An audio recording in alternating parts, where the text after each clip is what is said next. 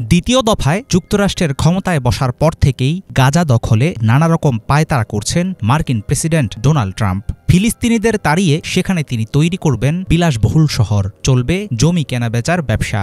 ট্রাম্পের এমন পাগলের প্রলাপের বিরুদ্ধে রুখে দাঁড়িয়েছে বাস্তুচ্যুত গাজাবাসী। খান ইউনিসের ধ্বংসস্তূপে বসবাস করেও তারা বলছেন কেয়ামতের দিন পর্যন্ত গাজা ছাড়বে না এখানকার বাসিন্দারা।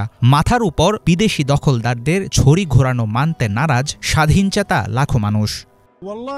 আমি কসম খেয়ে বলছি, মার্কিন প্রেসিডেন্ট অনর্থক কথাবার্তা বলছে।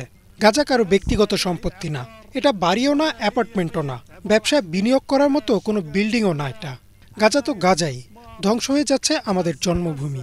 আমরা কিয়ামতের দিন পর্যন্ত এখানে থাকব। ট্রাম্পের বক্তব্যের কোনো দাম নেই। আল্লাহর ইচ্ছায় আমরা বেঁচে আছি, নিজেদের জায়গায় অবিচল আছি। ফিলিস্তিনের স্বাধীনতাকামী গোষ্ঠী যাতে গাজায় ফিরতে না পারে এই অজুহাতে ভূখণ্ডটি কিনে নিয়ে এর মালিক হতে চান ট্রাম্প। গত ৯ ফেব্রুয়ারি এমন মন্তব্য করেন ক্ষমতাসীন মার্কিন প্রেসিডেন্ট। তবে যুদ্ধবিধ্বস্ত ভূমির কিছু অংশ মধ্যপ্রাচ্যের অন্যান্য রাষ্ট্রকে পুনর্নির্মাণের জন্য অনুমতি দিতে পারেন বলে জানিয়েছেন তিনি। গাজা উপত্যকার উপর যুক্তরাষ্ট্রের আইনগত কোনো অধিকার না থাকার পরেও কোন সাহসে এমন উদ্ভট কথা বলেন এই মার্কিন নেতা, সেটা এক বিস্ময়কর ব্যাপার। ট্রাম্প যাতে স্বপ্নেও না ভাবেন গাজা উপত্যকা থেকে আমাদের কেউ বেরিয়ে যাবে। এই দেশ আমার সাথে যেমন আচরণই করুক, এটা আমার নিজের দেশ, আমার প্রিয় পরিবার। আমি আমার দেশ নিয়ে গর্বিত। অবিচল দাঁড়িয়ে থাকা প্রিয় গাজা, এখানকার দয়ালু ও উদার মানুষদের আমি শ্রদ্ধা করি। ট্রাম্প যেন এই ভূখণ্ড দখলের স্বপ্ন না দেখে। গাজা কোনো মাংসের বাক্স নয় যে ট্রাম্প চাইলেই সেটা বেচাকেনা করতে পারবেন। এটি আমার নিজের মাতৃভূমি, আমার দেশ।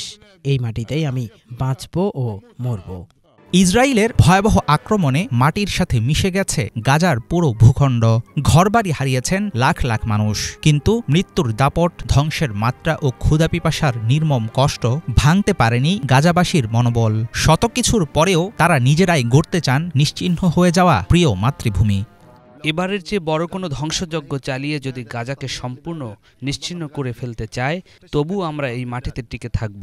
আমাদের নিজেদের দেশ ছেড়ে যাওয়ার কোনো সম্ভাবনা নেই, কোনো মতেই না। কেউ এসে যদি দেশ ছাড়তে বাধ্য করে, এই ভূখণ্ড থেকে বাস্তুচ্যুত করে এবং গাজাকে নিয়ে ব্যবসা করতে চায়, সেটা চলবে না। গাজার মানুষেরা এটি আবার তৈরি করবে, বাণিজ্যিক হোক কিংবা অন্য কিছু। এখানকার বাসিন্দারা নিজেদের ইচ্ছামতো দেশটিকে গড়ে তুলবে।